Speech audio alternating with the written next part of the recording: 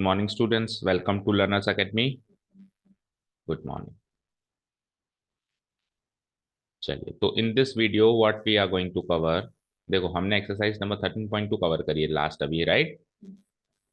13.2 में हमने निकाला क्या है? Mean deviation. क्या निकाला है? Mean deviation. दो चीजें निकाली, मतलब mean deviation about median and mean deviation about mean, कुल मिला के इन ओवरऑल अपन ने मीन। अच्छा, ओवरऑल बात करें तो हम मेजर्स ऑफ डिस्पर्शन पढ़ रहे हैं। क्या पढ़ रहे हैं बेटा? Measures of dispersion. एक बार फटाफट से रिकॉल कराते हैं, जब चैप्टर स्टार्ट किया था तो हमने सीखा था क्लास 10th में हमने मेजर्स ऑफ सेंट्रल टेंडेंसी पढ़ा, मीन मीडियन मोड। और फिर हमने क्लास 11th में स्टार्ट किया मेजर्स ऑफ डिस्पर्शन या वेरिएबिलिटी, एक तरीके से, है ना। और मेजर्स ऑफ डिस्पर्शन में अपन ने कुल 4 तरह के मेजर्स ऑफ डिस्पर्शन सीखे, है ना। पहला क्या था? रेंज। मतलब हमने सीखा भी कौन कौन से होते हैं, नेम वाइज कह रहा हूँ। Range, then mean deviation, next one standard deviation, and उसके बाद स्टैंडर्ड डेविएशन एंड वेरिएंस हम साथ में ले सकते हैं। ठीक है, ये दोनों चीजें अपन साथ में ले सकते हैं, करीब करीब एक ही चीज है। अच्छा, एक और होता है उससे क्वार्टाइल डेविएशन, वो शायद आपके कोर्स में नहीं है ना। तो ये कुछ मेजर्स ऑफ डिस्पर्शन होते हैं, ये हमने सीखा, राइट। तो हमने रेंज तो करीब करीब 11th 10th क्लास में सीख ली थी। It is nothing but the maximum value minus minimum value, ठीक है ना। इसको तो करीब करीब हमने 10th में सीख लिया था। मीन डेविएशन अभी अभी हाल ही में अपन ने कवर किया, कल की क्लास में, मतलब लास्ट क्लास में, ठीक है। अब बात करेंगे अपन इस वाले पोर्शन की। किस पोर्शन की? Standard deviation and variance. जैसा कि मैंने कहा कि करीब करीब दोनों सेम ही है ना। तो स्टैंडर्ड डेविएशन एंड वेरिएंस हम स्टार्ट तो कर रहे हैं, बट इसमें प्रॉब्लम क्या थी सर? इसमें प्रॉब्लम क्या थी? Why to study standard deviation and variance when there is already mean deviation as a measure of dispersion? What is the limitation of this method? मतलब मीन डेविएशन से हम measures of dispersion निकाल रहे हैं इस तरीके से, दिक्कत क्या है या फिर लिमिटेशंस क्या है कि हमको अगले की जरूरत पड़ी। सो इसको स्टार्ट करने से, before starting standard deviation and variance, first of all we will study what limitations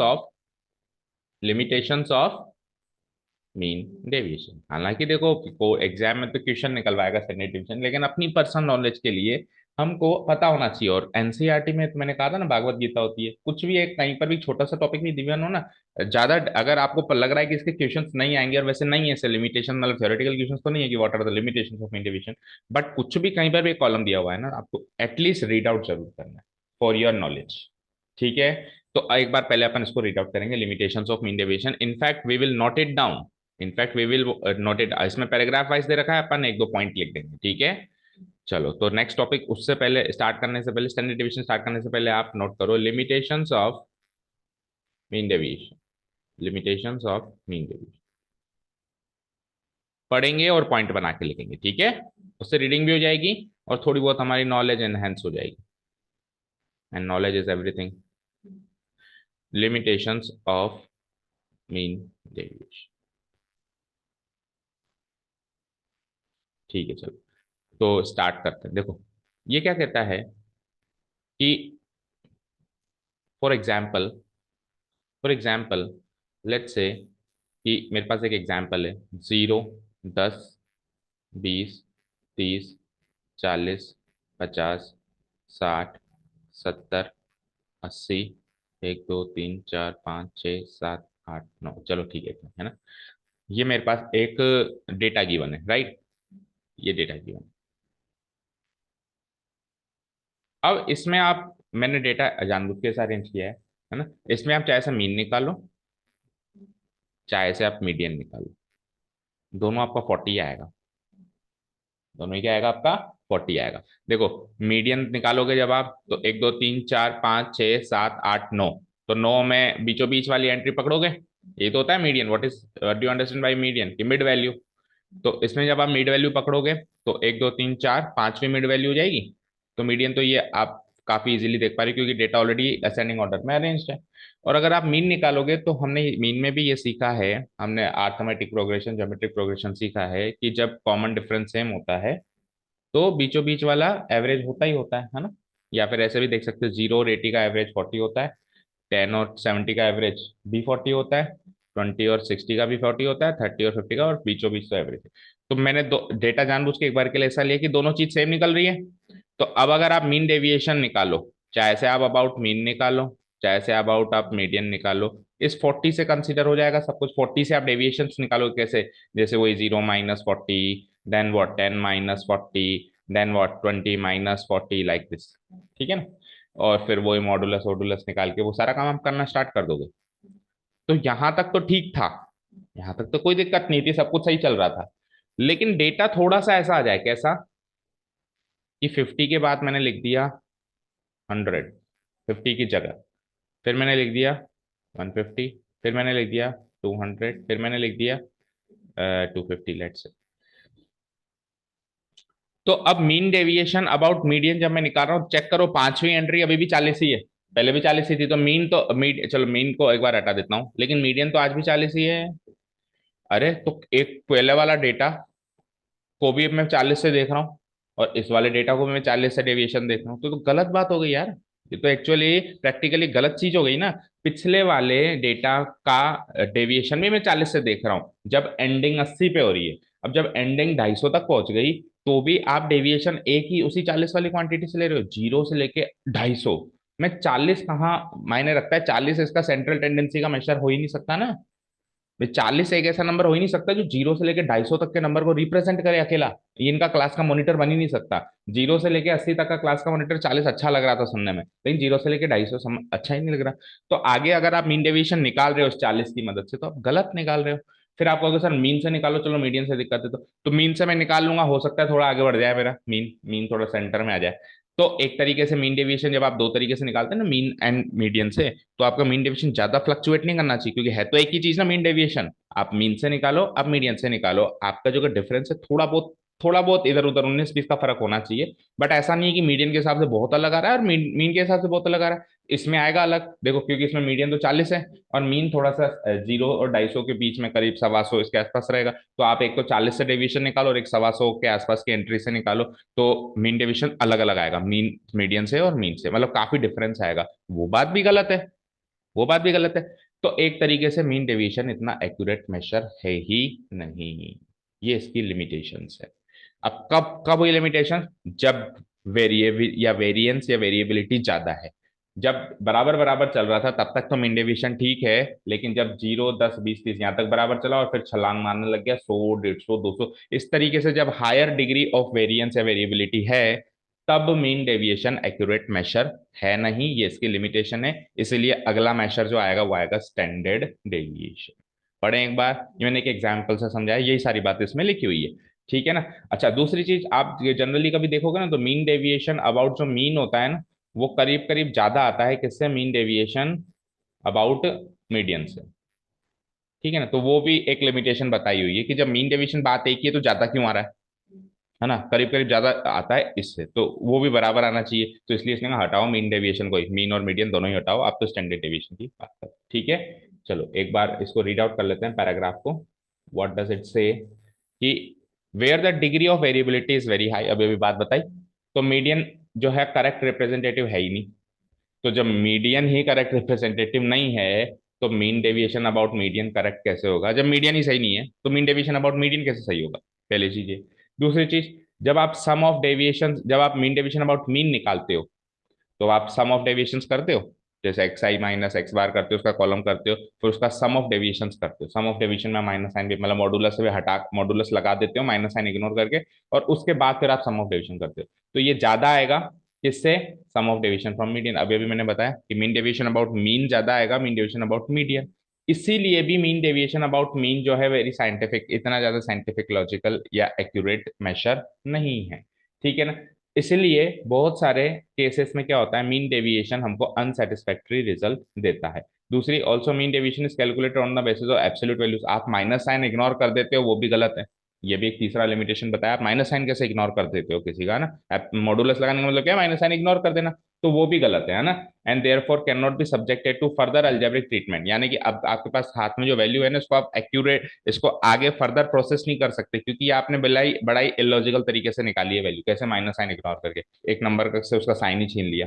तो अब जो आपके हाथ में वैल्यू है वो बस आप वहीं तक सीमित रहोगे कि हाँ सर निकल गई बस, लेकिन इसको आगे फर्दर प्रोसेस करने में तो आपको डर लगेगा। अब तो फर्दर प्रोसेस करने में क्योंकि एक्यूरेट आपको लगेगी नहीं, ये तीसरा लिमिटेशन बता दिया। This implies that we must have some other measures of dispersion, standard deviation is such a measure of dispersion. ठीक है, तो दो तीन पॉइंट्स वाइज आप लिख सकते हैं। देखो पहला पॉइंट क्या था, degree of variability is very high, median is not A correct representative. लिखो पहला point, when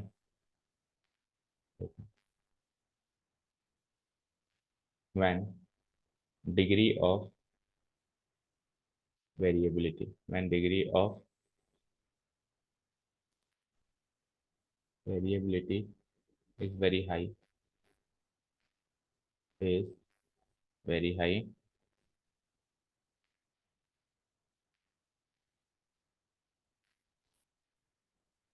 median is not a median is not a correct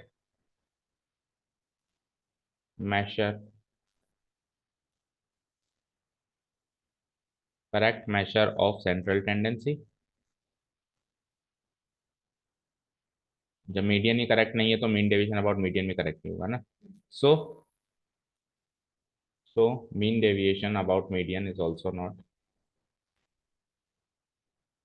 mean deviation about median is also not an accurate, is also not an accurate measure of dispersion, measure of dispersion। वो central tendency का major नहीं है तो ये भी dispersion का major accurate नहीं है, तो सही, पर उतना ज्यादा पावरफुल टूल नहीं है ये, है ना। एक पॉइंट तो ये बताया उन्होंने। दूसरा पॉइंट क्या बताया कि आप माइनस साइन इग्नोर कर देते हो, है ना। Second point is,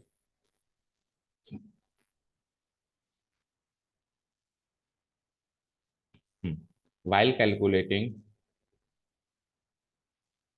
while calculating mean deviation about mean,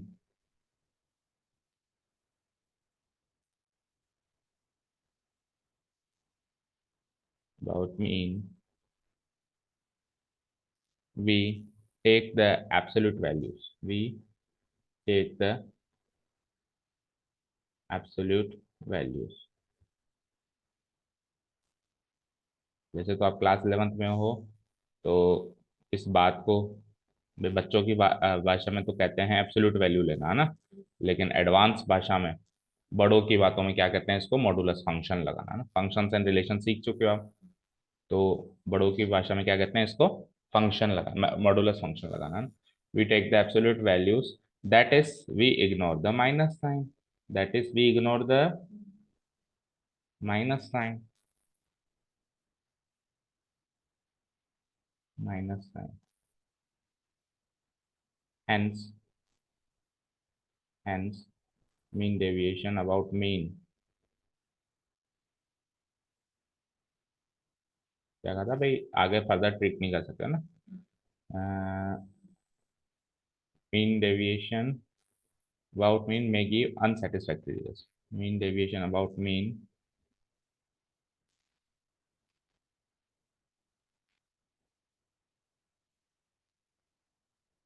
gives unsatisfactory results, gives unsatisfactory results।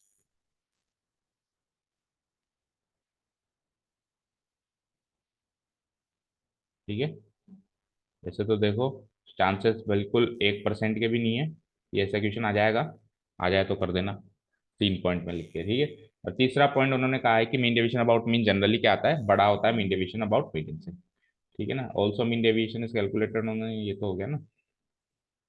हम्म, एक मिनट रुको, गलत लिखा गया, एक मिनट रुको, उल्टा लिख दिया। इसमें नहीं लिखना ये अनसेटिस्फैक्टरी रिजल्ट, इधर तो इसका रिजल्ट ये आता है कि इसको फर्दर ट्रीट नहीं किया जैसे मीन डेविएशन अबाउट मीन, ये थर्ड पॉइंट का इम्प्लीकेशन है ना, can not be subjected to further algebraic treatment. Theoretical question है ना, can not be subjected to further objective to further algebraic treatment, further algebraic treatment। ठीक है,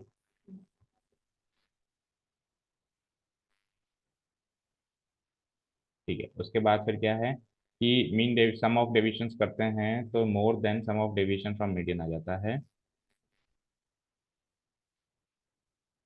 ठीक है। मीन डेविएशन अबाउट मी mean deviation about mean is generally more than is generally more than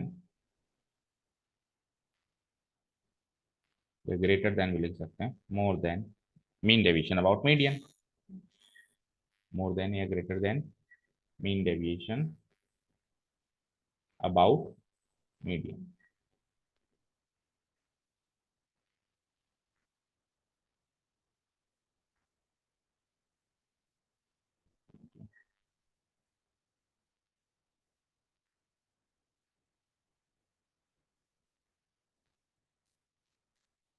ठीक है, hence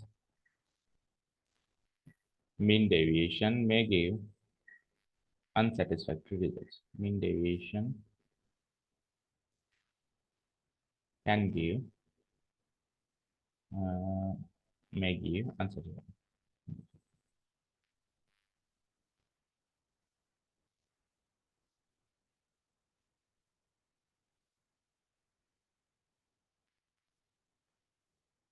unsatisfactory results। Done. तो ये तो हो गई इसकी लिमिटेशंस। अब पढ़ते हैं अगला टॉपिक, जो मेन टॉपिक है तीसरे एक्सरसाइज का इंट्रोडक्शन है। क्या? Standard deviation and variance. इधर लिख दो, so we must have another more powerful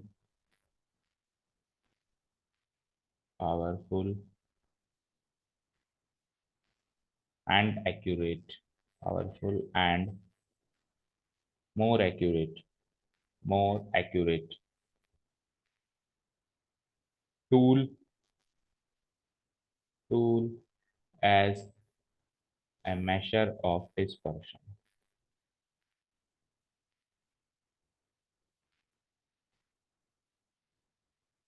done.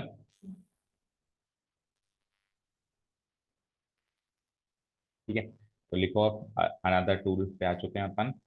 Heading डालो सेंटर में, स्टैंडर्ड डेविएशन एंड वेरिएंस, या वेरिएंस एंड स्टैंडर्ड डेविएशन, कैसे भी लिख दो, वेरिएंस एंड स्टैंडर्ड।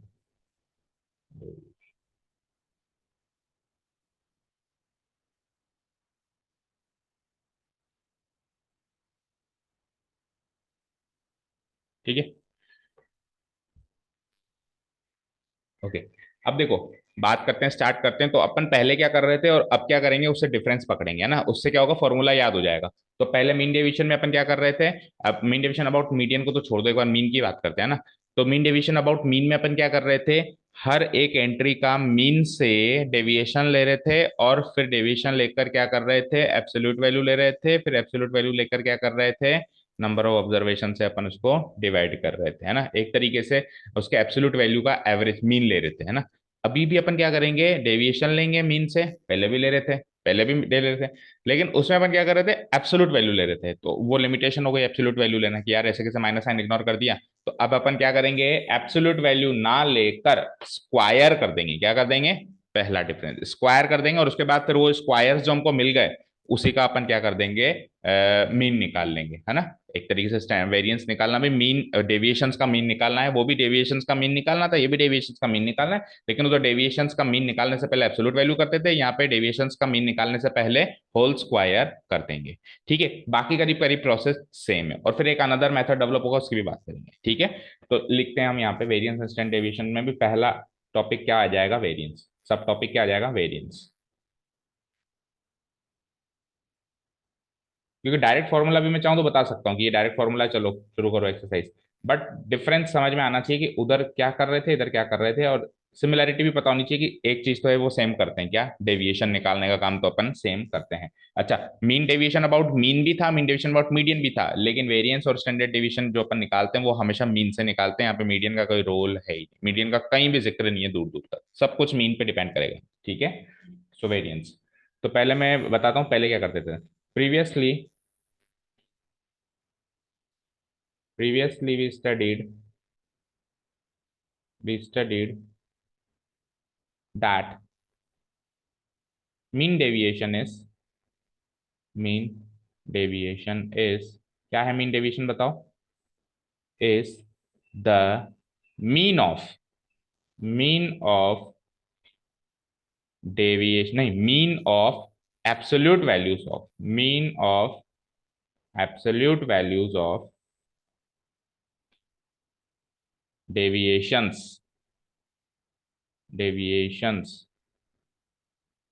ठीक है ना, of observations taken from there mean. Deviation किससे लिया आपने? मीन से लिया। अब अपन मीडियन वाली बात को एक बार इग्नोर कर रहे हैं ना, टेकन फ्रॉम मीन की ही बात कर रहे हैं। ये तो था मीन डेविएशन, ये तो क्या था? मीन डेविएशन, है ना। On the contrary, on the contrary अब मैं बता रहा हूँ वेरिएंस क्या है। सेम टू सेम यही डेफिनेशन लिखूंगा, पता है, बस एब्सोल्यूट वैल्यू की जगह क्या कर दूंगा? क्या कर दूंगा? स्क्वायर्स। क्या कर दूंगा? एब्सोल्यूट वैल्यूज की जगह squares. On the contrary, on the contrary मतलब इसके इसके विरोध में। मीन डेविएशन तो ये था, अब इसके विरोध में वेरिएंस क्या है वो बताने वाला हूँ, है ना। On the contrary variance is, variance is what? Variance is the mean, ये भी मीन है, लेकिन एब्सोल्यूट वैल्यूज का नहीं, स्क्वायर्स का। स्क्वायर्स का, किसका? स्क्वायर्स का। और बाकी सारी definition same. Squares of deviations of squares of deviations of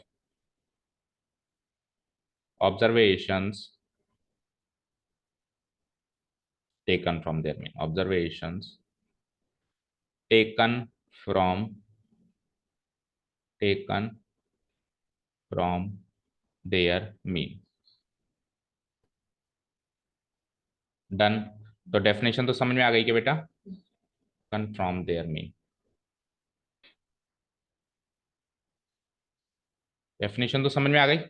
अच्छा अब सुनना, सर आप तो स्टैंडर्ड डिवीजन बताओ ना, वेरिएंस क्यों बता रहे हो? देखो, जब मैंने किसी वैल्यू में से उसका माइनस साइन छीन लिया, तो अब उसकी भरपाई करने का मेरे पास कोई औजार नहीं है। इसकी भरपाई कैसे करूं भाई? आपने जबरदस्ती, मैथ्स में अपन क्या करते हैं, जबरदस्ती को जोड़ देते हैं तो फिर बैलेंस करने के लिए घटा देते हैं, जबरदस्ती कुछ गुणा कर देते हैं तो अपन बैलेंस करने के लिए डिवाइड कर देते हैं। जैसे +2 कर दिया तो -2 कर दो। जैसे अपन अज्यूम मीन मेथड में क्या करते थे, एक डेविएशन ले लेते थे तो लास्ट में जाके ए प्लस कर देते थे, या एच से डिवाइड किया था तो इनटू एच करते थे। भरपाई करने का साधन था मेरे पास, था ना। लेकिन मीन डेविएशन अबाउट मीन में आपने क्या किया? आपने ये किया, क्या? एब्सोल्यूट वैल्यू ले ली। क्या कर दिया आपने? एब्सोल्यूट वैल्यू ले ली। अब एब्सोल्यूट वैल्यू ले तो ली, लेकिन फाइनली नीचे जाकर, मतलब एट द एंड, हाँ, at the end absolute value ले तो ली, लेकिन एट द एंड आपको उस एब्सोल्यूट वैल्यू की भरपाई करने का कोई साधन नहीं है। माइनस साइन ले लिया तो अब माइनस साइन का पॉजिटिव नेगेटिव क्या करोगे? कुछ ऐसा साधन है ही नहीं। लेकिन अगर मैंने जबरदस्ती स्क्वायर किया है तो साधन है मेरे पास, स्क्वायर रूट। तो यहाँ पे साधन है, इसीलिए ये ज्यादा एक्यूरेट है। तो ये वेरिएंस था ना, स्टैंडर्ड डिवीजन क्या आ जाएगा? जो वेरिएंस निकाला इसका कर दो स्क्वायर। क्यों किया स्क्वायर रूट? कई बच्चे पूछते हैं क्यों किया स्क्वायर रूट, कहीं गिवन नहीं है सर। क्योंकि आपने वेरिएंस निकालते टाइम आपने स्क्वायर किया है, तो उसका भरपाई करने का साधन क्या है? बैलेंस करने का साधन क्या है? फाइनल आंसर का क्या कर दो? Square root. वहां पे कोई साधन नहीं था, इसलिए वो नॉट एक्यूरेट है, और ये मोर एक्यूरेट है, या वो लेस एक्यूरेट है, ये मोर एक्यूरेट है। समझ गए?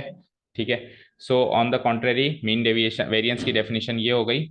ठीक है। तो अब अभी स्टैंडर्ड डेविएशन अपन ने हेडिंग मार्क नहीं करी है ना, ये तो मैंने आपको ओरली बता दिया भरपाई करने के साधन। अब आप इस डेफिनेशन के हिसाब से वेरिएंस की फॉर्मूला लिखेंगे, ठीक है।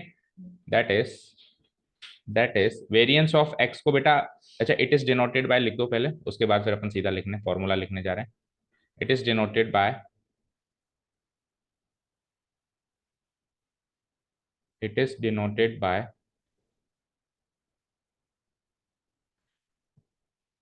It is denoted by VAR, variance ऐसे लिखते हैं ना, VAR ऑफ एक्स ऐसे लिखते हैं बेटा इसको, VAR ऑफ एक्स।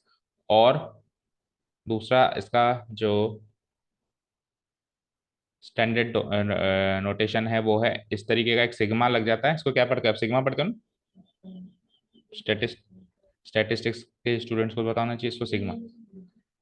हाँ मतलब इस साइन को क्या पढ़ते हो, इस साइन को सिग, वो तो स्टैटिस्टिक्स की भाषा में, लेकिन ये ग्रीक लेटर जो है इसका उसको बोलते कैसे हैं, सिग्मा स्क्वायर। सिग्मा नीचे एक्स लगाते हैं थोड़ा सा और इसका स्क्वायर करते हैं। तो ये दो नोटेशन है, मतलब सिग्मा एक्स का स्क्वायर एक तरीके से है ना। हाँ डायरेक्ट वेरिएंस बोल देते हैं इसको, ठीक है। सो वेरिएंस ऑफ एक्स से डिनोट कराएंगे या तो इसको, और या फिर हम डिनोट कराएंगे इससे सिग्मा ऑफ एक्स का whole square.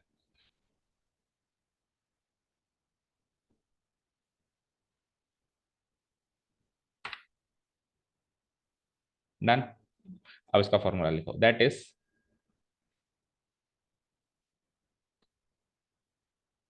Is variance of X और वेरिएंस ऑफ एक्स और दूसरा नोटेशन क्या बताया था, सिग्मा एक्स का होल स्क्वायर इक्वल टू क्या होता है, इक्वल टू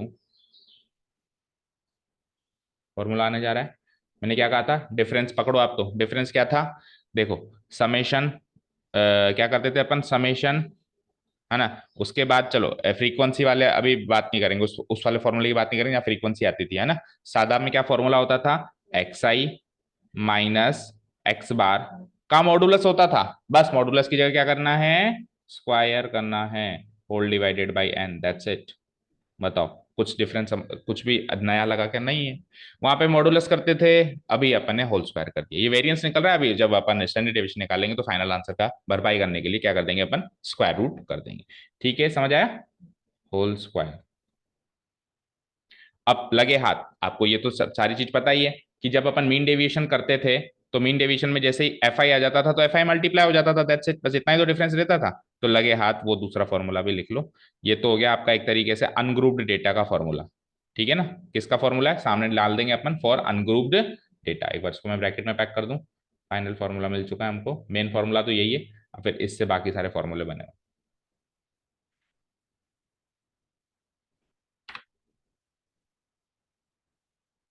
ठीक है, इसके सामने कहीं अपन हल्का सा डाल देंगे, it is for what, ungrouped data. ठीक है, डाल दो उसके सामने कहीं, for ungrouped data, for ungrouped data नहीं, सॉरी रो डेटा, क्या बोलते थे अपन उसको, रो डेटा। तीन तरह के डेटा सीखे ना अपन ने, एक तो बिल्कुल रो होता है, और एक क्या होता है फ्रीक्वेंसी डिस्ट्रीब्यूशन में होता है लेकिन ग्रुप्ड अनग्रुप्ड। अनग्रुप्ड में क्या होता है, केवल नंबर दे दिया, एक साइड दे दी, और ग्रुपिंग में फिर क्या कर देता है, उसकी क्लास इंटरवल बना, उसको डिस्क्रीट फ्रीक्वेंसी डिस्ट्रीब्यूशन टेबल भी कहते हैं, जिसमें अनग्रुप होता है, जिसमें मतलब केवल फ्रीक्वेंसी तो है लेकिन है ना ग्रुप क्लास इंटरवल नहीं है, डायरेक्ट एक्स आई है, उसको डिस्क्रीट फ्रीक्वेंसी डिस्ट्रीब्यूशन टेबल भी देते हैं, और उसको क्या कहते हैं, कंटिन्यूस फ्रीक्वेंसी डिस्ट्रीब्यूशन टेबल। ठीक है, फॉर रो डेटा का तो ये फॉर्मूला मिल गया, ठीक है ना। एंड दूसरा फॉर्मूला यहाँ पे लिख देता हूँ, एंड क्या बनेगा दूसरा फॉर्मूला बताओ, एफ आई से मल्टीप्लाई करा दो, दैट्स इट, और कुछ नहीं, समेशन, यहाँ पे मैं एफ आई से मल्टीप्लाई करा देता हूँ, और नीचे एन की जगह समेशन एफ आई आ जाता है ना, एफ आई और वही X I minus X bar का होल स्क्वायर, का whole square, and whole divided by n की जगह क्या आ जाएगा, क्योंकि आज की तारीख में फ्रीक्वेंसीज है ना मेरे पास, तो समेशन एफ आई। क्या चेंजेस हुआ, बस ऊपर एफ आई से मल्टीप्लाई हो गया और नीचे एन की जगह क्या आ गया, समेशन। और ये का यही चेंजेस मीन डेविएशन में होता था, जब फ्रीक्वेंसी होती थी नहीं होती थी तो ये फॉर्मूला होता था, और होती थी तो एफ आई से मल्टीप्लाई होकर नीचे वो आ जाता, तो ये का यही डिफरेंस वहां था, ये का यही डिफरेंस यहाँ है, कुछ नई चीज है नहीं। ये लिख लो for grouped ungrouped data, मतलब फॉर फ्रीक्वेंसी डिस्ट्रीब्यूशन टेबल वाला डेटा ही है ना, चाहे से फिर वो ग्रुप्ड फ्रीक्वेंसी डिस्ट्रीब्यूशन टेबल हो और फिर चाहे से वो अनग्रुप फ्रीक्वेंसी डिस्ट्रीब्यूशन टेबल हो। ठीक है, एक तरीके से ऑर्गेनाइज डेटा जो होता है उसका ये फॉर्मूला आ गया।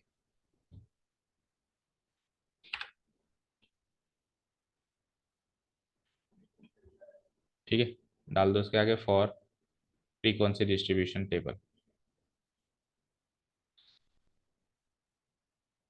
फॉर फ्रीक्वेंसी, स्पेस की कमी हो गई थोड़ा सा,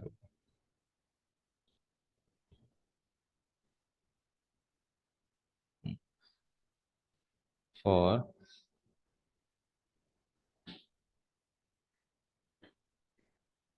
frequency distribution table, whether grouped और अनग्रुप्ड। ऐसा नहीं है कि ग्रुप्ड की अलग है और अनग्रुप्ड की, डिस्ट्रीब्यूशन टेबल, ठीक है ना। ब्रैकेट में लगा देता हूँ फॉर ग्रुप्ड और अनग्रुप्ड, दोनों का एक ही फॉर्मूला था उधर भी। वो तो अपन ग्रुप अनग्रुप्ड को भी ग्रुप बनाएंगे बात, मतलब ग्रुप को भी अनग्रुप बनाएंगे, उसका एक सही तो क्लास क्लास मार्क तो निकालेंगे ना, एक तो क्लास मार्क सीधी गिवन हो और एक इंटरवल गिवन हो, तो अपन वापस उसको उसमें चेंज करते, फॉर्मूला तो ये लगेगा फॉर ग्रुप्ड और अनग्रुप्ड, दोनों का एक ही फॉर्मूला।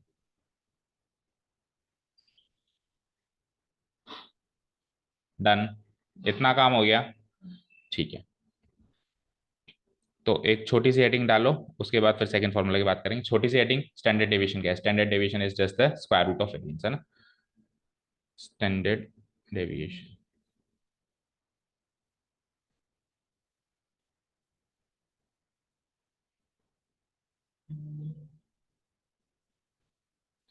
लिखो, because we have taken the squares, because we have taken the squares of the deviation, we have taken the squares of the deviations while calculating variance, while calculating the variance, while calculating the variance.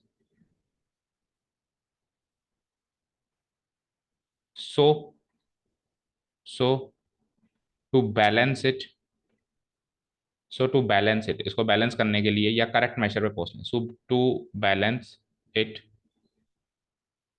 और to reach, or to reach at some accurate value, some accurate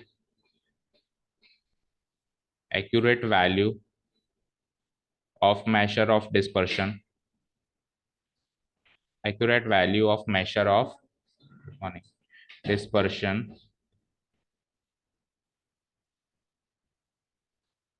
dispersion, we find the standard deviation, we find the standard deviation, which is nothing but the square root of variance, standard deviation, which is nothing, which is nothing but the square root of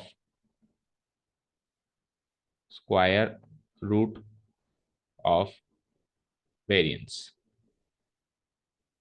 square root of variance of data, square root of variance of data, data का जो भी variance निकला है उसका square root कर दो, क्यों? क्योंकि पहले आपने स्क्वायर किया है, तो बैलेंस करने के लिए स्क्वायर रूट करो, ठीक है। दैट इज फॉर्मूला वाइज आ जाओ, दैट इज स्टैंडर्ड, अच्छा इट इज डिनोटेड बाय, पहले जैसे उसमें पहले लिखा, इट इज डिनोटेड बाय,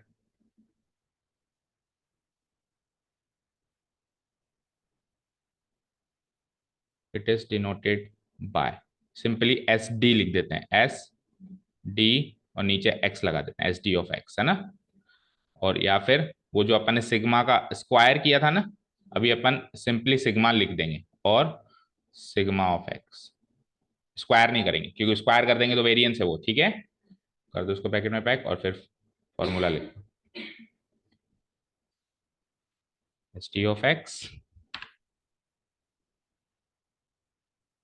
और दूसरा सिग्मा, दैट इज, फॉर्मूला लिखो, that is S D of X और और sigma of X equal to equal to क्या हो जाएगा, square root of variance of X, square root of variance of X. ठीक है ना। अब बुक में बताया क्या क्या है, वेरिएंस ऑफ एक्स की वैल्यू डाली है यहाँ पे जो अपन ने ऊपर लिखी, कैसे क्या हो जाएगा ये, फाइनल फॉर्मूले में डाल दो। या तो फाइनल फॉर्मूला क्या था वेरिएंस का बताओ, summation F I into X I minus X bar का whole square divided by N, ये था। और इसका क्या लगा दो, इसका क्या लगा दो, रूट लगा दो। ठीक है ना। तो ये एक तरीके से अलग फॉर्मूला एक्चुअली है क्या, वेरिएंस ऑफ एक्स को तो पुट किया है यहाँ पे, तो आप डायरेक्ट ऐसे याद रखो ना, वेरिएंस ऑफ एक्स का स्क्वायर रूट, दैट्स इट, खत्म कहानी। ठीक है ना। और लगा देता है। ठीक है। मैंने सीधे ही डायरेक्ट उसी का फॉर्मूला लगा दिया जो फाइनल फॉर्मूला था। अब अगर फ्रीक्वेंसी नहीं होगी तो इसमें भी नहीं होगी, उसमें भी नहीं होगी और इसमें भी नहीं होगी। ऐसा नहीं कि सर आपने उधर तो तीन फॉर्मूले दिए, अभी एक ही फॉर्मूला दिया, मैं डायरेक्ट वही लगा दिया ना फॉर्मूला। ठीक है। हो गया क्या टाइम। अब एक शॉर्टकट मेथड रह गया, बोलो, वीडियो से देख लोगे ताकि कल एक्सरसाइज शुरू कर दें अपन। ओके वन सेकंड, ठीक है। तो इसको तो कर देते हैं हम ब्रैकेट में pack, this is the final formula.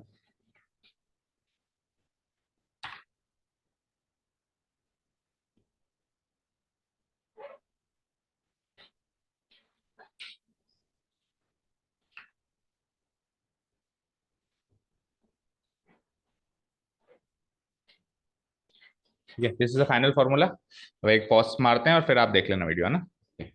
So students, we will take a pause and we will come back with the shortcut method of finding variance और standard deviation। एक shortcut method और है ना, उसको भी निकालेंगे। इसमें फिर अपन नेक्स्ट सेशन में उसमें वो भी बताएंगे वो क्यों निकालना है, इस मेथड में क्या, इस मेथड में इस फॉर्मूला में भी कुछ कमी है, उस कमी को भी बताएंगे और फिर एक नया मेथड बताएंगे।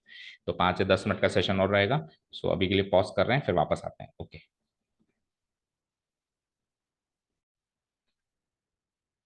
Okay, students. So now we will resume our proceedings. We'll start where we left off. So basically यहाँ तक हमने कर लिया कि स्टैंडर्ड डेविएशन एंड वेरिएंस का एक फॉर्मूला या ओरिजिनल फॉर्मूला मैं कहूँगा, बेसिक फॉर्मूला तो यही है कि हम क्या करते हैं कि मीन से डेविएशन लेते हैं, एब्सोल्यूट वैल्यू लेने की वजह से उसका स्क्वायर कर देते हैं, स्टैंडर्ड डेविएशन फॉर्मूले आते आते वापस हम स्क्वायर रूट कर देते हैं ताकि वो बैलेंस हो जाए। बट देखो अब अगला मेथड सीख तो रहे, मतलब अगला फॉर्मूला सीख तो रहे हैं इसका, लेकिन सवाल ये होना चाहिए सर क्यों, इसमें क्या प्रॉब्लम है कि हम अगला सीख रहे हैं। तो इसका जवाब सुन लो पहले भाई, ऐसा क्यों। तो एक एग्जाम्पल सुनो, देखिए एग्जाम्पल सुनो, उससे पता है हमको ये भी पता रहेगा कि इस सवाल में ये वाला मेथड लगाना चाहिए, इस सवाल में वाला में अप्रोप्रिएबिलिटी अपने को मतलब पता रहेगा कि कहाँ पे कौन सा मेथड अप्रोप्रिएट है। जब अपने को ये पता होगा कि इस मेथड से इस फॉर्मूले से अगला फॉर्मूला क्यों बना, उसके इसके क्या लिमिटेशन थे ताकि अगला फॉर्मूला बना, ये पता होगा तो फिर आप अप्रोप्रिएबिलिटी चूज कर पाओगे कि कौन से क्वेश्चन में कौन सा मेथड हम अप्लाई करें। एंड मोर ओवर आपको मतलब वो बेसिकली आपको बेसिक चीजें याद होंगी कि ये फॉर्मूला कैसे बना, ये फॉर्मूला कैसे नहीं, मतलब रटने की जरूरत नहीं पड़ेगी, कुल मिला के आपको चीज बेस से समझ में आ जाएगी।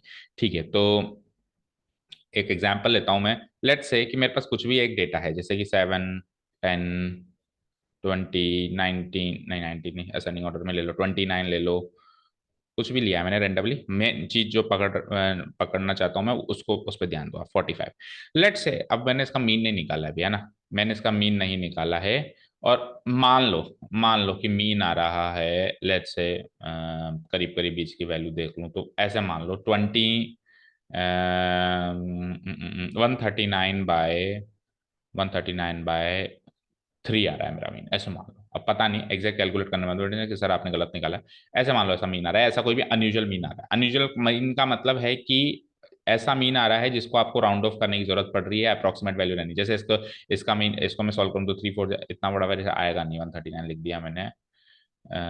थोड़ा सा छोटा सा कर दो, 79 लिखो, देख कितना आता है, या 89 कर दो चलो, है ना। सो 3 2 जा 6, है ना, इसके आसपास ही आएगा करीब करीब, 3 2 जा 6, 29, 3 9 जा 27, एंड देन उसके बाद फिर क्या आएगा, 27, 2 रिमाइंडर बचा, तो 6 6 6 6 आप मानते हो। अब अगर ऐसा मीन आ जाए कि जिसमें आपको अप्रोक्सीमेट वैल्यू लेनी पड़ती है, लेट्स से आपने अप्रोक्सीमेट वैल्यू ले ली 29.6 ले ली, या फिर आपने 29.7 ले ली, तो पता है क्या हुआ, एक चीज समझो, हमेशा अप्रोक्सीमेशन हमेशा लास्ट फाइनल आंसर में अलाउड होता है, क्वेश्चन के मिड में अलाउड नहीं होता है। अब सपोज करो ये तो था एक्स आई, अब आप एक्स आई माइनस एक्स बार निकाल रहे हो, पहली चीज है ना, और फिर उसका स्क्वायर भी कर रहे हो, तो देखो क्या गलतियां होंगी हमसे, या क्या गलत हम कर रहे हैं ऐसा करने में। देखो सबसे पहली चीज तो आप निकालोगे 7 - 29, सपोज करो आपने अप्रोक्सीमेट वैल्यू ले ली 29.6, है ना। तो फिर आप करोगे 10 - 29.6। तीसरी चीज आप करोगे 20 - 29, ये सारी चीज आप करोगे। पहली चीज तो ये हो जाएगी कि देखो यहाँ पे ये वैल्यू एग्जैक्ट नहीं है, ये अप्रोक्सीमेट है। फिर ये भी अप्रोक्सीमेट है, फिर ये भी अप्रोक्सीमेट है, और अप्रोक्सीमेट अप्रोक्सीमेट अप्रोक्सीमेट। तो देखो क्वेश्चन के मिड में अप्रोक्सीमेट वैल्यू इसलिए नहीं ली जाती क्योंकि उसको फर्दर प्रोसेस करना होता है, और अप्रोक्सीमेट वैल्यू से फर्दर प्रोसेस करना कहीं ना कहीं आपको आपके फाइनल आंसर से दूर लेके जाता है। देखो इतना अप्रोक्सीमेशन, फिर वापस इतना अप्रोक्सीमेशन, फिर इतना अप्रोक्स अप्रोक्स अप्रोक्स करके वो बड़ा सारा डिफरेंस क्रिएट कर देता है, यानी आप फाइनल आंसर से बहुत दूर हो। मान लो मेरा फाइनल आंसर यही होता, तो फिर आप अप्रोक्सीमेट ये लिख सकते हो, ये लिख सकते हो, क्योंकि आपका फाइनल आंसर आपके अप्रोक्सीमेट आंसर से थोड़ा सा ही दूर है। लेकिन आप अप्रोक्सीमेट वैल्यू को मिड ऑफ द क्वेश्चन में कैसे इस्तेमाल कर रहे हो, अगर आप उधर इस्तेमाल करोगे तो बार बार प्रोसेस हो रहा है वो अप्रोक्सीमेट वैल्यू, तो छोटा छोटा छोटा छोटा डिफरेंस बड़ा डिफरेंस क्रिएट कर देगा, और एक्चुअल जो फाइनल आंसर आएगा वो आपको आपके फाइन जो होना चाहिए उससे बहुत दूर का आंसर आपको लेके देगा। एक कारण तो ये है ना, कि इस मेथड में ये लिमिटेशन है कि आप एक्स बार से जब मैं डेविएशन लेते हो, तो इन केस अगर आपका एक्स बार ही अप्रोक्सीमेट आ जाए, अप्रोक्स लेने की जरूरत पड़ जाए, तो फिर आप क्या करोगे। दूसरी चीज, अब सपोज करो 7 - 29.6 किया तो क्या है, -22.6। अब इसका करना है स्क्वायर, तो कितना बड़ा कैलकुलेशन है, फिर आपको करना है -19.6 का स्क्वायर, फिर आपको इसका करना है, फिर आपको तो ऐसे स्क्वायर करने के लिए भी आपको बड़े बड़े नंबर्स ऐसे इन सुटेबल नंबर्स मिल सकते हैं जिसका स्क्वायर करना बड़ा मुश्किल है। एक तो बड़ी मुश्किल से तो आप इसका स्क्वायर करके लाओगे, है ना। चलो कर भी दिया सर, स्क्वायर कर दिया हमने, बड़ी मेहनत करी, बट फिर भी आपका आंसर आपके ओरिजिनल आंसर से बहुत दूर है। पता है क्यों? क्योंकि आपने अप्रोक्सीमेट वैल्यू यूज करी है mid of the question. Mid of the question में अप्रोक्सीमेट वैल्यू चूज करना is not A correct option, या इज नॉट सुटेबल, है ना। तो इसीलिए ये मेथड के इस लिमिटेशन की वजह से हमने नया मेथड डेवलप किया, मतलब डेवलप किया गया, ताकि हम ये डेविएशन लेने से बच जाए। अगले मेथड में पता है डेविएशन ले ही नहीं रहा है वो, अगले मेथड में डेविएशन ले ही नहीं रहा है, फाइनल आकर आंसर में आके डेविएशन ले रहा है, मतलब फाइनल मीन से कुछ एक चीज और निकालेंगे उससे डेविएशन बोल रहा है ना। तो इसीलिए ये नया मेथड डेवलप किया गया। समझ में आ गई होगी होपफुली आपको कि मेथड क्यों डेवलप किया। अच्छा जी, अब आप खुद डिसाइड कर लेना, अगर आपका मीन अप्रोप्रिएट आ रहा है, फिक्स वैल्यू आ रही है, अप्रोक्सीमेट वैल्यू नहीं आ रही, तो आप ये मेथड यूज कर लेना, और नहीं आ रही है तो फिर वो, और एक्चुअली आपको दोनों मेथड आने चाहिए, क्योंकि अगर एग्जाम में उसने कह दिया उसी मेथड से करो तो फिर उसी मेथड से करना है। ठीक है, तो अब नेक्स्ट हेडिंग डालो, नया मेथड बनाने वाले हम डिराइव कराऊंगा, मैं डायरेक्ट फॉर्मूला बता सकता हूँ अभी आपको कि ये फॉर्मूला है, बट मैं आपको शॉर्ट में डिराइव करवाता हूँ थोड़ा जल्दी में, ताकि थोड़ा बहुत डेरिवेशन भी याद रहे कि कैसे बन गया है ना। So the next topic is another formula. अच्छा एक्चुअली एक नहीं, दो फॉर्मूले हैं हमारे पास, एक तो ये है ही सही, और उसके बाद फिर एक शॉर्टकट मेथड भी है, उस पर भी बात करेंगे। पहले अनदर फार्मूला, तीसरा फार्मूला मतलब ले लो, एक तरीके से दो फॉर्मूले तो हो गए। अनदर फार्मूला मतलब दो फॉर्मूले क्या हो गए, फॉर्मूला तो एक ही हुआ है, एक फ्रीक्वेंसी डिस्ट्री जैसे ये है यहाँ पे, भाई एक तो फॉर्मूला ये है, कहाँ गया ऊपर, ये एक तो रो डेटा का फॉर्मूला है और एक फ्रीक्वेंसी, तो ऐसे दो फॉर्मूले हो गए, वैसे करीब करीब सेम ही है ना। ठीक है, और तीसरा भी बता ही रहे हैं, चौथा पर शॉर्टकट मेथड आ ही जाएगा ना। तो तीसरे में देखो, इसमें अपन ने एफ आई लिखा है, तो वैसे करेक्ट ये होता है कि अगर अपन यहाँ एफ आई लिख रहे हैं तो फिर एन ना लिख के समेशन एफ आई लिखें, तो उसको भी करेक्ट, या फिर दोनों लिख दो, चलो एन भी लिख सकते हो यहाँ पे, और लगा के समेशन एफ, एक ही बात होती है ना। पर क्या फ्रीक्वेंसी अगर वाला कॉलम है तो फिर एन ना लिख के उसका सम लेते हैं, ठीक है, एनीवेज छोड़ो। ठीक है, another formula to find, another formula to find variance और standard deviation, variance और, क्योंकि एक चीज निकल जाती है तो दूसरी चीज तो फटाफट से निकल जाती है, वेरिएंस इसका स्क्वायर होता है, स्टैंडर्ड डिवीजन इसका स्क्वायर रूट होता है, ठीक है ना। सो वेरिएंस और स्टैंडर्ड डेविएशन निकालने का एक नया फॉर्मूला हम डेवलप करेंगे, जिससे अपन क्वेश्चन के बीच में डेविएशन लेने से बच जाए, जो बार बार अपन डेविएशन ले रहे हैं वो लेने से अपन बच जाए, मीन से जो डेविएशन ले रहे हैं। तो उसके लिए मैं अभी मेरे पास क्या फॉर्मूला है वो लिखने वाला हूँ एक बार, अभी मेरे पास क्या फॉर्मूला है ना। सो उस फॉर्मूले को ही अपन डिराइव करने वाले, we know that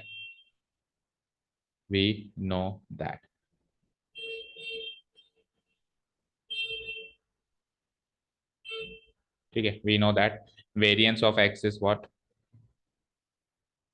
we know that variance of X is what. क्या वेरिएंस का फॉर्मूला अभी अभी सीखा है अपन ने सीखा है समेशन एफ आई इंटू, उसी से तो डिराइव होगा आगे का काम, है ना। फॉर्मूला उसी से बना है, ओरिजिनल फॉर्मूला तो यही है, whole square divide by summation F I. Summation F I को इस जगह में एक बार के लिए एन लिख देता हूँ, है ना, ताकि वो बार बार समेशन एफ आई लिखना पड़ेगा, तो एन एन से अपन आगे प्रोसेस करेंगे। कुछ भी मत करो, एक काम करो, इसको आप ए माइनस बी के होल स्क्वायर से एक्सपेंड करो, देखो क्या होता है, समेशन एफ आई। ठीक है ना, वैसे डेरिवेशन इतना इंपॉर्टेंट नहीं है, बट फिर भी अपन ट्राई करते हैं, कुछ हेल्प जरूरत पड़ेगी तो अपन बुक से हेल्प ले लेंगे, ट्राई करते हैं एक बार। होल स्क्वायर को आप एक्सपेंड करो, तो ए माइनस बी का होल स्क्वायर क्या होता है, A square minus two A B plus B square, सब जानते हैं। तो ए स्क्वायर मतलब एक्स आई का स्क्वायर, ठीक है ना, फिर पहले प्लस बी स्क्वायर लिख देता हूँ मैं, A square plus B square, फिर लास्ट में minus two A B plus B square मतलब एक्स बार, यानी जो मीन आया उसका स्क्वायर, और फिर माइनस टू ए बी यानी माइनस टू इंटू दिस, यानी minus two into X I into X bar, और होल डिवाइडेड बाय एन। कुछ भी नहीं किया, ए माइनस बी के होल स्क्वायर को अपन एक्सपेक्ट किया। अब एफ आई से मल्टीप्लाई करा दो, एफ आई से मल्टीप्लाई कराना है ना आपको इस पूरी क्वांटिटी को, तो एफ आई से इसको इसको इसको तीनों को मल्टीप्लाई कराओ, देखो क्या आता है। ठीक है, ट्रायल मार रहे हैं अपन वैसे, समेशन तो लगेगा ही लगेगा ना, और एफ आई एक बड़ा ब्रैकेट लगा देता हूँ। अच्छा, समेशन के आगे देखो बुक में आप चेक करोगे तो ये लिखा होगा where I ranges from one to n, where I ranges from one to n, मैं बार बार नहीं लिख रहा हूँ ना, बार बार नहीं लिख रहा हूँ, आप समझ चुके हो कि वैसा I ranges from one to N तो होगा ही होगा ना, उससे आप मेन मुद्दे की बात नहीं समझ पाओगे जो समझाना चाह रहे हैं ना, इसी में उलझ के रह जाओ। तो समेशन अपन क्या कर देते हैं, एक बड़ा ब्रैकेट लगा देते हैं यहाँ पे, और एफ आई को मैं मल्टीप्लाई करा रहा हूँ, तो it is like F I into X I का square plus then F I into X bar का स्क्वायर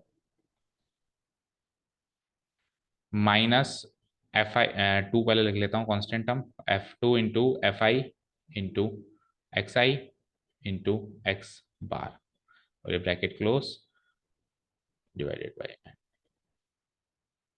ठीक है ना। अब यहाँ पे दो बातें हैं ना आगे बढ़ने से पहले, सबसे पहली चीज तो देखो ये डिवाइडेड बाई एन है, इसको तो मैं बाहर निकाल देता हूँ, वन बाई एन लिख देता हूँ ना। दूसरी चीज, हमने सीक्वेंसेस एंड सीरीज वाले चैप्टर में सीखा है कि हम समेशन जो ऑपरेटर है उसको कैसे डिस्ट्रीब्यूट कराते हैं, मतलब इसका ऑपरेशन कैसे करते हैं ना, इसके अलजेब्रा कैसे लगाते हैं इसका, तो हमने वहां पे सीखा था कि समेशन वहीं पे डिस्ट्रीब्यूट होता है जहां पे आई नाम का अक्षर हो, क्योंकि यहाँ पे एक्चुअली समेशन किसका हो रहा है, आई की वैल्यू वन टू एन तक हो रहा है, तो जहां पे आई होगा वहीं पे तो डिस्ट्रीब्यूट होगा, जहां पे आई दिखाई नहीं दे रहा है वहां पे डिस्ट्रीब्यूट नहीं हो सकता, जैसे कहाँ नहीं दिखाई दे रहा है, यहाँ नहीं दिखाई दे रहा है, यहाँ नहीं दिखाई दे रहा है, और एक ये यहाँ पे, तो ये तीन चीजें तो एज इट इज बाहर आ जाएंगी, ये तीन चीजें तो एज इट इज बाहर आ जाएंगी, है ना। जैसे सबसे पहले एन तो सबसे डिवाइड हो रहा है, तो वन बाई एन तो एज इट इज बाहर निकालो आप, है ना, देखना ध्यान से, वन बाई एन तो एज इट इज बाहर निकालो, और फिर अब लगाओ एक ब्रैकेट। अब देखो पहले वाली टर्म में तो दोनों में आई है, तो समेशन एज इट इज इनमें डिस्ट्रीब्यूट हो जाएगा, इसमें जिसको छेड़ने की जरूरत नहीं है, summation F I X I का square, summation F I X I का स्क्वायर, इसमें तो एज इट इज डिस्ट्रीब्यूट हो गया, फाइन। प्लस अब अगले में देखो एक्स बार में तो कुछ नहीं है ना, एक्स बार में तो कोई आई नहीं है, ये तो मीन का एक तरीके से स्क्वायर है, तो इसमें समेशन किसका जोड़ूं, किसको, एक ही तो क्वांटिटी है, क्वांटिटी जोड़ने के लिए दो तीन चार क्वांटिटी होंगी, इसको तो जोड़ूंगा मैं, तो समेशन केवल इसका होगा, फ्रीक्वेंसी इसका होगा, है ना, और एक्स बार को as it is as a constant की तरह ट्रीट कर लेंगे ना, बाहर निकाल देंगे, मतलब it is independent of summation operator का होल स्क्वायर, और फिर समेशन केवल लग जाएगा एफ आई पे, होपफुली समझ में आ गया होगा। ठीक है, माइनस, अब माइनस साइन है, माइनस लगाओ। सिमिलरली यहाँ पे देखो एक टू, और ये एक्स बार, इसका कोई रोल नहीं है इसमें, इसको बाहर निकाल दो, तो माइनस टू एक्स बार को तो बाहर निकाल दो, और समेशन डिस्ट्रीब्यूट होगा अगेन किस पे, एफ आई एक्स आई पे, ओनली एफ आई जिस जिस पे आई है, एफ आई इंटू एक्स आई पे समेशन डिस्ट्रीब्यूट हो जाएगा। ठीक है, यहाँ तक हो गया, थोड़ा इसको इधर ले लेता हूँ मैं, और वन बाई एन को मैंने एज ए कॉमन पहले बाहर निकाल दिया, ये ले लिया मैंने यहाँ पे, इसको थोड़ा सही कर दो, आगे बढ़ते हैं, summation F I into x, ठीक है।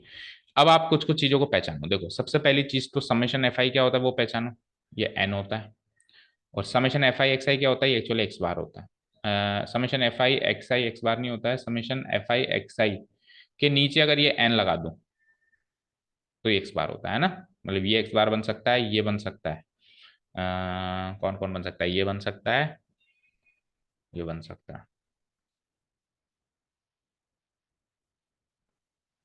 एन को एक बार के लिए वापस अंदर लेके आओ, है ना, एन को एक बार वापस के अंदर लेके आओगे ना तो कुछ कुछ चीजें सॉल्व होती जाएंगी, जैसे कि देखो एन को अगर मैं अंदर लेके आऊंगा तो ये भी एन था, तो ये तो इससे कट जाएगा ना, और एन को अगर मैं इसके नीचे ले जाऊंगा तो ये एक्स बार बन जाएगा ना, तो कुछ कुछ चीजें सॉल्व होंगी, फिर चाहे से जरूरत पड़ेगी तो वापस बाहर निकाल देंगे।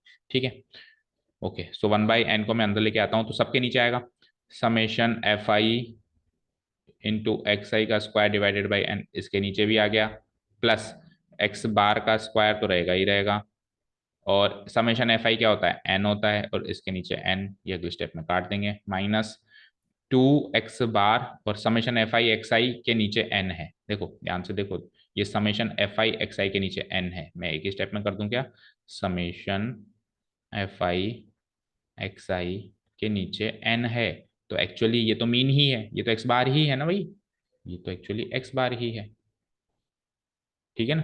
तो मैं एक ही स्टेप में कर देता हूँ इसको, मतलब इसको मैं काट के यहीं लिख देता हूँ, आप समझ चुके होंगे ना, this is nothing but x bar, 2x bar into एक और एक्स बार हो गया, ठीक है। आप रीजन लिख देना प्लीज, है ना, इस सारी चीजों का, है ना, समेशन एफ आई ये होता है, एक्स बार ये होता है ना, आगे ऐसे डैश लगा के लिख देना कि एक तो अपन ने एक समेशन एफ आई, या लिखी तो चलो हटाओ,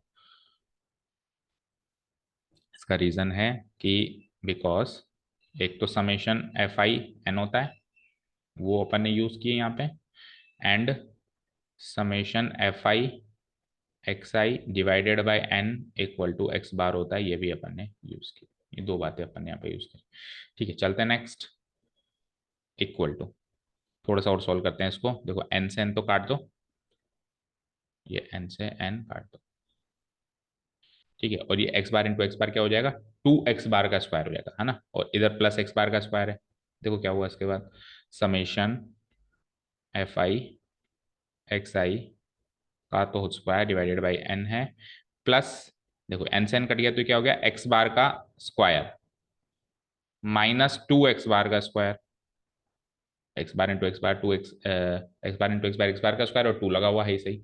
अब एक्स बार के स्क्वायर में से 2x बार का स्क्वायर घटाना है, तो माइनस का एक्स बार का स्क्वायर बचता है, क्या बचता है, माइनस का एक्स बार का square equal to summation F I X I का तो स्क्वायर डिवाइडेड बाई एन, क्या बचता है, प्लस माइनस माइनस, तो माइनस का एक्स बार का स्क्वायर। देखो मैंने इस क्वेश्चन को बिल्कुल भी अभी तक तो बुक का रेफरेंस लिया नहीं, और शायद अब जरूरत पड़ेगी भी नहीं, कि कभी कभी फॉर्मूला डिराइव हो गया है, थोड़ा बहुत देख लेंगे, है ना। और मैंने इस क्वेश्चन को ऐसे फॉर्मूला डिराइव नहीं किया मैंने, ऐसे माने ये क्वेश्चन है मुझे करना है, जैसे मान लो सीक्वेंस एंड सीरीज का एक क्वेश्चन सॉल्व कर रहा हूँ मैं ना, समेशन से डिस्ट्रीब्यूट कर रहा हूँ, तो उसकी तरीके से मैंने इसको लिया है, तो देखो फॉर्मूला भी डिराइव हो रहा है, प्लस हमारी वो सीक्वेंस एंड सीरीज की प्रैक्टिस भी हो रही है, कैसे समेशन डिस्ट्रीब्यूट करता है ना, ठीक है। अब क्या करें, क्या ये फॉर्मूला है, फाइनल फॉर्मूला है, अब इसमें थोड़ा सा और, अभी फाइनल फॉर्मूला जो हमको बुक में गिवन है, जो हमको याद रखना है, उसको तक ड्राइव करने के लिए थोड़ा सा अभी और चेंजेस करेंगे, क्या चेंजेस करेंगे ध्यान से देखना, एक्स बार को, इस वाले पार्ट को तो चलो एज इट इज छोड़ो, एक बार एक्स बार को वापस से खोलो, आप कहोगे सर कभी खुलवाते हो कभी पैक करवाते हो, बिल्कुल अब जरूरत जैसे पड़ेगी, तो F summation F I X I divided by n को अपन एक्स बार लिखा था चेक करो ऊपर, summation F I X I, इस पार्ट को अपन ने, इस पार्ट को अपन ने एक्स बार लिखा था ना, अब वापस इसको वापस ऐसे एक्सपेंड करो, है ना, summation F I X I divided by n, और उसका फिर क्या है, होल स्क्वायर है, तो उसको मैं एक्सपेंड कर रहा हूँ, summation F I X I divided by n होता है, ये सब जानते हैं, वैसे समेशन एफ आई लिखते हैं नीचे, लेकिन अभी मैं एन ही लिख रहा हूँ हर जगह, और इसका क्या करना पड़ेगा आपको, होल स्क्वायर, क्योंकि एक्स बार का होल स्क्वायर, ठीक है। अब सुनना ध्यान से, अब आप इसमें से देखो, यहाँ पे सिंगल एन है, एन की पावर वन है, और यहाँ पे एन का स्क्वायर है, तो आप 1/n² को कॉमन लो। अब ऐसा क्यों कर रहे हो सर, ये सारी बातें एक बार के लिए छोड़ो, क्योंकि अभी अपन फाइनल फॉर्मूला तक डिराइव, अपने को इजी चीज क्या रहे जो आपने को लंबे समय तक याद रहे, उस फॉर्मूला को डिराइव करना चाह रहे हैं, तो उस पर्पस, उसके तहत, उसके पर्पस के तहत अपन 1/n² को कॉमन लेंगे, तो जब मैं 1/n² को कॉमन लूंगा, तो ध्यान से देखना, इसका तो हट जाएगा, n² बाहर आ जाएगा, ये केवल इसका स्क्वायर हो जाएगा, ठीक है, और यहाँ पे पता है क्या होगा, यहाँ पे एन ही है और n² कॉमन लेंगे, तो एक एन ऊपर मल्टीप्लाई हो जाएगा, ठीक है, ऐसा सब कुछ होगा। So the final formula is 1/n² तो ले लिया गया है कॉमन, ब्रैकेट लगा दिया गया है, एक एन ऊपर मल्टीप्लाई होगा, अभी भी बताया मैंने, N into summation F I X I, ये फाइनल फॉर्मूला आ रहा है भैया, माइनस, और 1/n² जैसे कॉमन ले लिया, तो summation F I X I का होल स्क्वायर, बस न्यूमरेटर पार्ट बचा, डिनोमिनेटर में तो n² कॉमन आ चुका है, this is the final formula to find the variance, और इसके अंदर कहीं पर भी डेविएशन लेने की जरूरत नहीं पड़ी, एक्चुअली तो तब समझ में आएगा जब अपन ये क्वेश्चंस करेंगे। अच्छा, इस फॉर्मूले को अप्लाई करने के लिए कौन कौन से कॉलम्स की जरूरत पड़ेगी, तो थोड़ा सही लिख दूं, फाइनल है ना यार ये, बीच के तो कैसे भी लिख दो, फाइनल फॉर्मूला थोड़ा अच्छी अच्छी हैंड राइटिंग में, ताकि फाइव एक्स। ठीक है, हाँ। क्या कह रहा था मैं कि इसमें इस फॉर्मूले को अप्लाई करने के लिए कौन कौन से कॉलम्स की जरूरत पड़ेगी, उस पर एक बार गौर फरमाते हैं।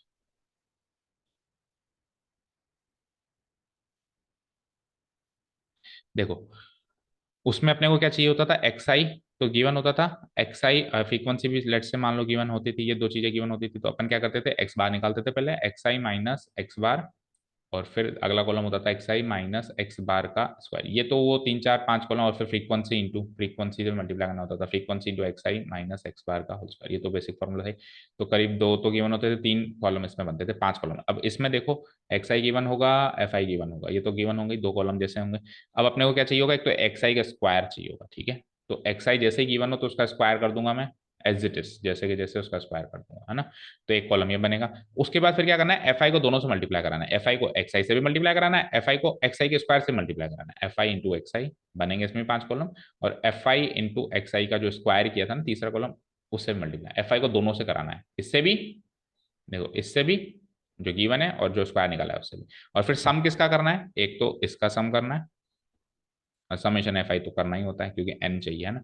एक इसका सम करना है, और F I into X I का भी सम करना है, तीन कॉलम का इसमें सम।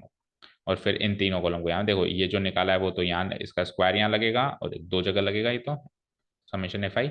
और फिर एफ आई एक्स आई जो है वो यहाँ लगेगा, उसके सम का भी स्क्वायर करना पड़ेगा। और फिर जो यहाँ पे सम आया है वो यहाँ लगेगा।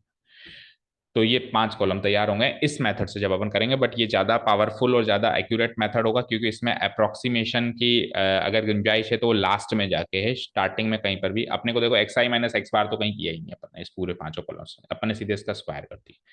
ठीक है, तो होपफुली ये मेथड समझ में आ गया होगा। और कुछ अब एक्स्ट्रा बात ये और डिस्कस करते हैं कि सर ये तो है वेरिएंस का formula, what about standard deviation. तो स्टैंडर्ड डेविएशन जैसे अपन ने पिछले फॉर्मूले में निकाला है, स्क्वायर रूट करके निकालो। और फिर एक इंपॉर्टेंट बात और बताते हैं इस फॉर्मूले को बताने के बाद। ये तो हो गया मेरा फॉर्मूला तैयार। अब एक मिनट,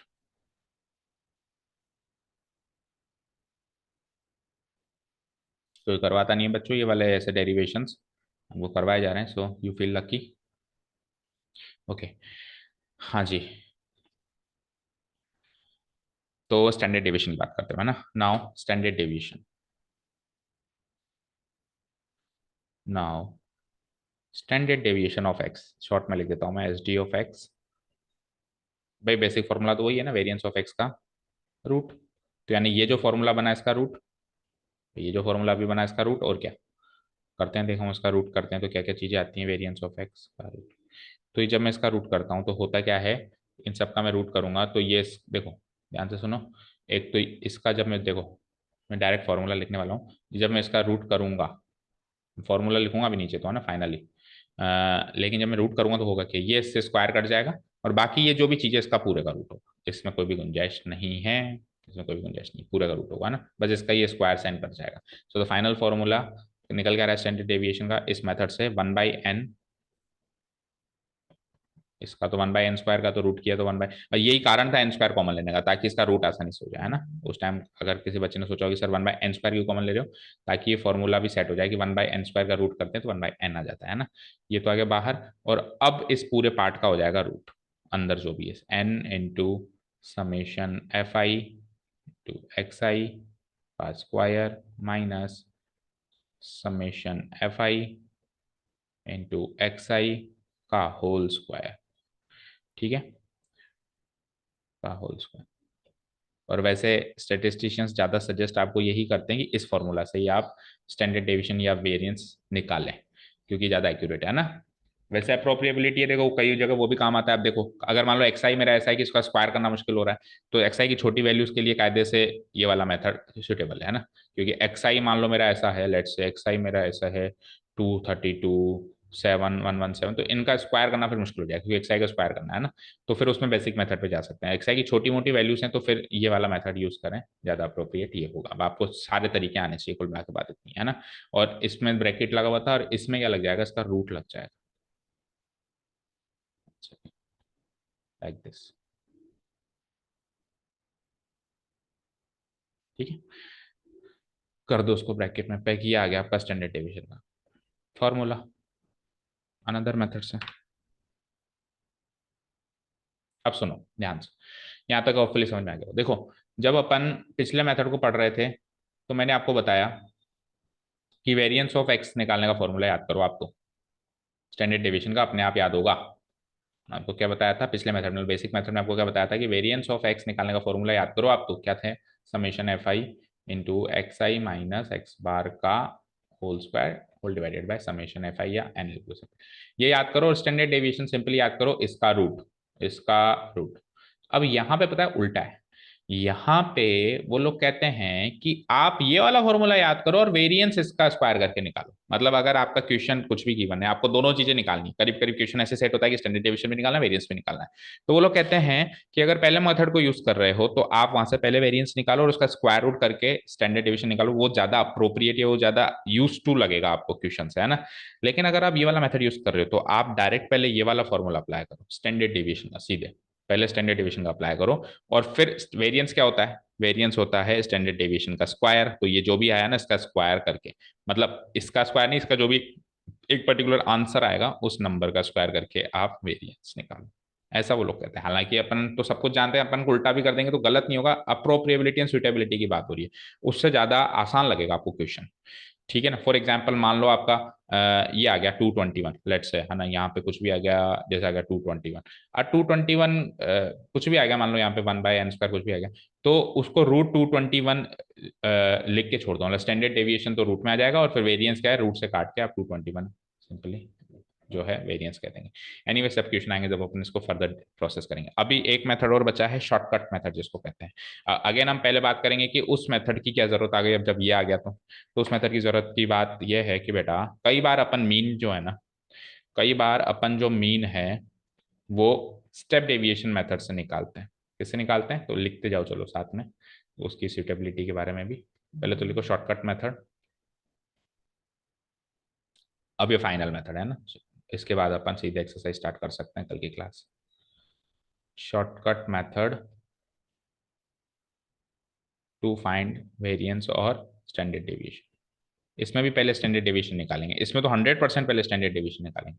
ये शॉर्टकट मेथड कारण है ना भाई, वो पहले स्टैंडर्ड डेविएशन क्यों निकलवा रहा है ना, वेरिएंस बाद में उसका स्क्वायर करके क्यों निकलवा रहा है स्टैंडर्ड डेविएशन, क्योंकि अप्रोप्रिएबिलिटी ज्यादा तभी बैठेगी जब आप पहले मेथड को स्टैंडर्ड डेविएशन से याद करेंगे, स्टैंडर्ड डेविएशन और वेरिएंस। हालांकि दोनों को एक ही लड़ी में याद रखा करो, स्टैंडर्ड डेविएशन और वेरिएंस, स्टैंडर्ड एक दूसरे का स्क्वायर एंड स्क्वायर रूट। ठीक है। तो सबसे पहले तो कमी क्या थी उसमें उसकी बात करेंगे ना, तो लिखते जाओ। when the when the observations value of observations when the value of observations, समझते भी जाओ कि जब ऑब्जर्वेशंस की वैल्यू बहुत बड़ी आ जाती है, observations are quite large, the values of observations are quite large,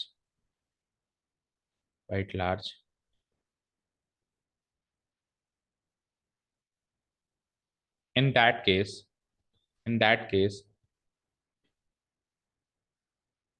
we often find mean, we often find mean। उस केस में अपन मीन यानी कि जो एक्स बार होता है वो जनरली कैसे निकालते हैं, यूजिंग स्टेप डेविएशन मेथड। किससे निकालते हैं अपन, स्टेप डेविएशन मेथड से निकालते हैं, स्टेप डेविएशन मेथड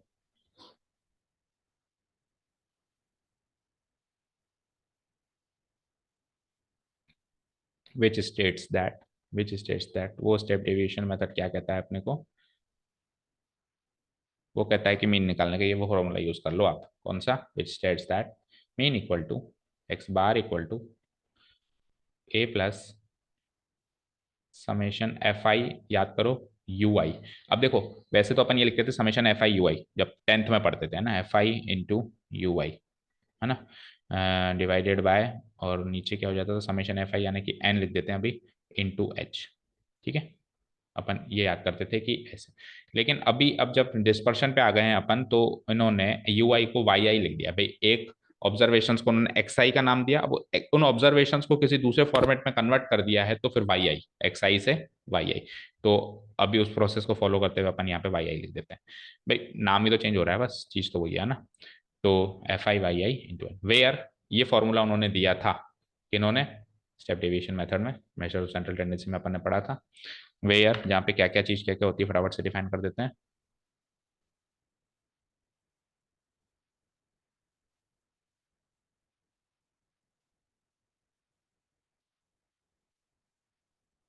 थोड़ा इधर कर दो। वेयर,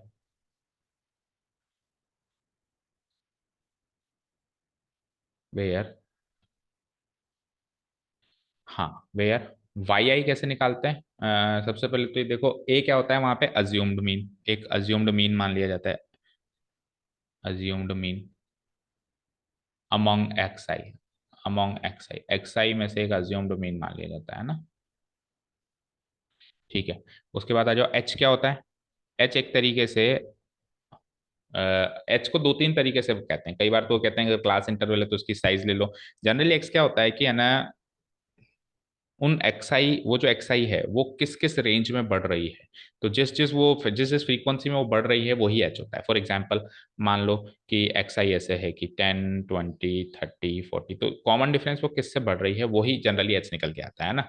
तो आप सिंपली अभी के लिए याद रख लो, एच बोले तो विड्थ भी कह सकते हो, क्लास इंटरवल की विड्थ से ही बढ़ती है वो करीब करीब, या फिर ऑब्लिक लगा के मैं एच सी एफ लिख देता हूँ ना। भाई उनमें से जो कॉमन आता है एक्चुअली वो एच होता है। अलग अलग बच्चे अलग अलग टीचर्स अलग अलग चीजों से याद करो, आदमी क्वेश्चन करेंगे तो ज्यादा एक्चुअल वहां पे फील होगा आपको, ये है ना। और वाई आई क्या होता है? वाई आई इन ए और एच के कॉम्बिनेशन से निकाला जाता है। वाई आई एक्चुअली जो होता है, जो पहले वाला एक्स आई था उसमें से इस ए को घटा के डिवाइडेड बाई एच, ठीक ना। वाई आई की जगह वहां यू आई होता था ना, तो ये स्टेप डिवीजन मेथड था। तो वो कहते हैं कि अगर आपको आपका डेटा बड़ा है और मीन निकालने के लिए स्टेप डिवीजन मेथड यूज करना पड़ रहा है, तो उस केस में आप फिर जब है ना स्टैंडर्ड डेविएशन या वेरिएंस निकालेंगे, तो फिर आपने तो आपके कॉलम एक्स आई को वाई आई में चेंज कर रखा है। अब आप स्क्वायर किसका करेंगे, एक्स आई का करेंगे कि वाई आई का करेंगे? और अगर अगर आप एक्स आई का ही करते हो तो आपके कॉलम्स अननेसेसरी बढ़ गए, तो फिर है ना बड़े डेटा के लिए क्या करें? तो उन्होंने क्या कहा कि आप पहले एक्स आई का स्क्वायर करते थे ना, देखो आपके पास क्या होता था, देखो ध्यान से, एक्स आई होता था, एफ आई होता था, आप एक्स आई से एक्स आई का स्क्वायर बनाते थे, पिछले मेथड की बात कर रहा हूँ, और फिर आप एफ आई से एक्स आई को भी और एफ आई से एक्स आई के स्क्वायर को भी मल्टीप्लाई कराते थे, ये पांच कॉलम आप रेडी करते थे। तो ये कहते हैं कि अब तो आपने एक्स आई को वाई आई में चेंज कर दिया, क्योंकि डेटा बड़ा निकल गया आपका, क्योंकि डेटा बड़ा निकल गया तो आपने उसका स्क्वायर, आपने सोचा यार इतने बड़े डेटा का कैसे स्क्वायर करूं, मान लो यहाँ पे 222 200, तो इतने बड़े बड़े नंबर का कैसे मैं स्क्वायर करूं, तो आपने नंबर को छोटा करना चाहा। तो छोटा करना चाहा, अच्छा ये भी कारण है कि कोई कहे कि सर मीन तो आप निकलवा ही नहीं रहे ना इस मेथड में, फिर स्टेप डेविएशन मेथड का क्या रोल है? बेटा कुल मिला के ये मेथड कब काम आ रहा है, जब आपके एक्सआई बहुत बड़े, एक्सआई बहुत बड़े तो मानता हूं मैं मीन नहीं निकाल रहा हूं, लेकिन उसका स्क्वायर करना भी काफी बड़ा हेक्टिक टास्क है, तो उसको छोटा करके फिर स्क्वायर करेंगे। हम क्या करेंगे, एक्स आई से वाई आई बनाएंगे इस फॉर्मूला से। वाई आई बनाने के बाद अब आपको एक्स आई का स्क्वायर नहीं करना है ना, अब आपको वाई आई का स्क्वायर करना है। और अब आपको एफ आई को एक्स आई से मल्टीप्लाई नहीं कराना है, अब आपको एफ आई को वाई आई से मल्टीप्लाई कराना है, और एफ आई को वाई, यानी कि जो जो काम आप एक्स आई के साथ करते थे वो काम अब आपको वाई आई के साथ करना है। आपने नई कॉलम बना दी, एक्स आई बड़ा कॉलम था उसे छोटा कॉलम बना दिया वाई। तो उस वाले तरीके से फिर हमारा mean deviation, sorry standard deviation कैसे आएगा, फॉर्मूला में क्या, फाइनल जो फॉर्मूला है उसमें क्या डिफरेंस आएगा? ये तो उस टेबल के अंदर डिफरेंस आएगा, एक्स आई से वाई आई आ गया, लेकिन फाइनल फॉर्मूला अब एक्स आई में थोड़ा चलेगा, अब वाई आई बन चुका है। तो फाइनल फॉर्मूला वाई, क्या मैं एक्स आई की जगह बस वाई आई लगा दूंगा? नहीं, कुछ थोड़ा बहुत चेंजेस करना पड़ेगा। तो वहां पे क्या डिफरेंस आएगा उसकी बात करेंगे अपन, है ना। तो अब उसके डेरिवेशन की मैं बात नहीं कर रहा हूँ, मैं सीधे फॉर्मूला बता रहा हूँ, है ना। तो अगर ऐसा है, जहाँ पे अपन स्टेप डेविएशन से ऐसे करते थे, in this case, in this case when we convert, when we convert transform, when we transform, convert ही लिख दो, when we convert, कन्वर्ट ही हो गया पूरा यार, छोटा बन गया, when we convert, ट्रांसफॉर्म का मतलब होता है कि वो चेंज नहीं हुआ है, बस उसका थोड़ा सा रूप बदला है, बट यहाँ पे तो पूरा सब कुछ ही बदल चुका होगा, बड़े छोटे वैल्यूज हो गए होंगे। when we convert xi column to yi column, to yi column, comma, in this case when we convert xi column to yi column,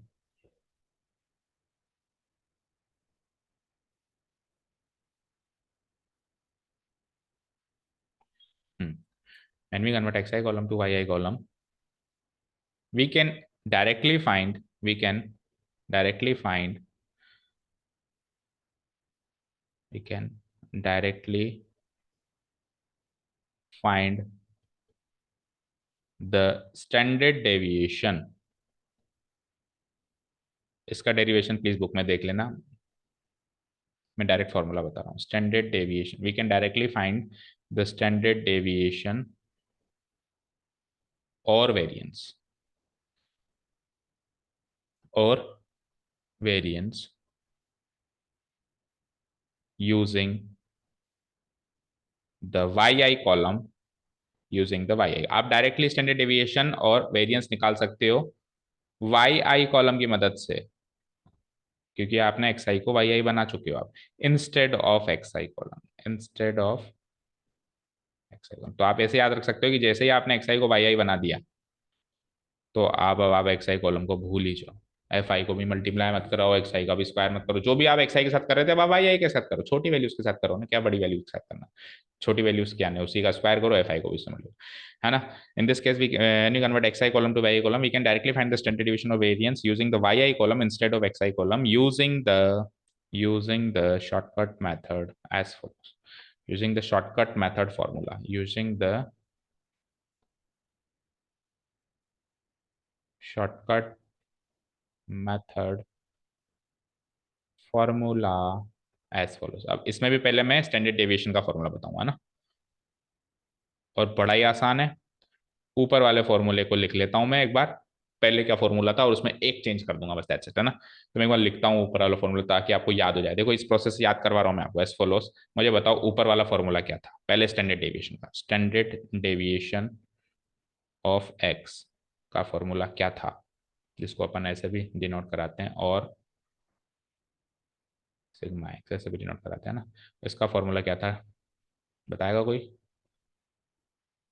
ऊपर वाले मेथड से क्या था, 1/n,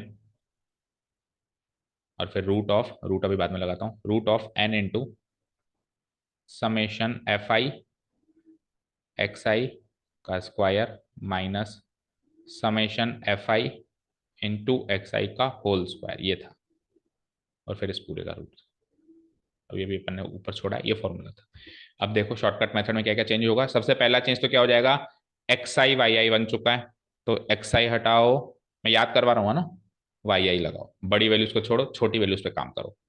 F I Y I का स्क्वायर, इधर भी एफ आई वाई आई का whole square, F I Y I वाले कॉलम के सम का whole square, F I Y I के सम का होल स्क्वायर, किस के कॉलम के सम का होल स्क्वायर. ठीक है, ये तो हो गया एक्स आई को वाई आई में बदलना. पर क्या सर ऐसे ही कर सकते हैं कि एक्स आई को वाई आई, ऐसे तो ये तो मैथमेटिकली इनकरेक्ट लग रहा है कि ऐसे ही आपने बस एक्स आई को उठाया, उसकी जगह वाई आई कर दिया. मैथमेटिकली थोड़ा इनकरेक्ट लग रहा है, बिल्कुल मुझे भी हजम नहीं हुई चीज. तो कुछ नहीं करना बस, और थोड़ा सा चेंजेस जो होगा वो ये होगा कि ये जो 1/n था, इसकी जगह h/n लिख दो, यानी कि ये पूरी चीज h से मल्टीप्लाई हो जाएगी, दैट्स इट, और कुछ नहीं करना. पूरी की पूरी चीज जो पहले वाला फॉर्मूला था ना, पहले वाला फॉर्मूला वो h से मल्टीप्लाई होता है, h से. तो वहां पे 1/n होता था बाहर रूट के, यहाँ h/n होगा. This is the formula, this is the shortcut method formula. और अब वेरिएंस इसी का स्क्वायर कर दो यार, ना. मैंने क्या कहा, स्टैंडर्ड डिवीजन के फॉर्मूला से आप वो वाला फॉर्मूला याद करो, वो ज्यादा आसान है इस शॉर्टकट मेथड में. So this is the formula. अरे सेलेक्ट करना, ब्रैकेट बनाना था, एक मिनट.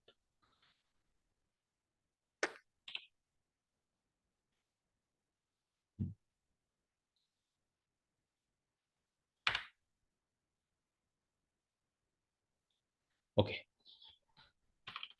ठीक है. जनरली बेटा आपने देखा होगा स्टेटिस्टिक्स के ये फॉर्मूले, ये चैप्टर, ये कॉन्सेप्ट्स जो है ना, ज्यादातर क्लासेस में या टीचर्स बस कह देते हैं बस डायरेक्ट रट लो और पढ़ लो. ठीक है ना, इतना ज्यादा फील नहीं करवाते, अंदर डिटेल में नहीं बताते. ठीक है, उससे क्या होता है कि वो कुछ टाइम तक तो याद रहते हो फॉर्मूले, बाद में आप भूल जाते हो.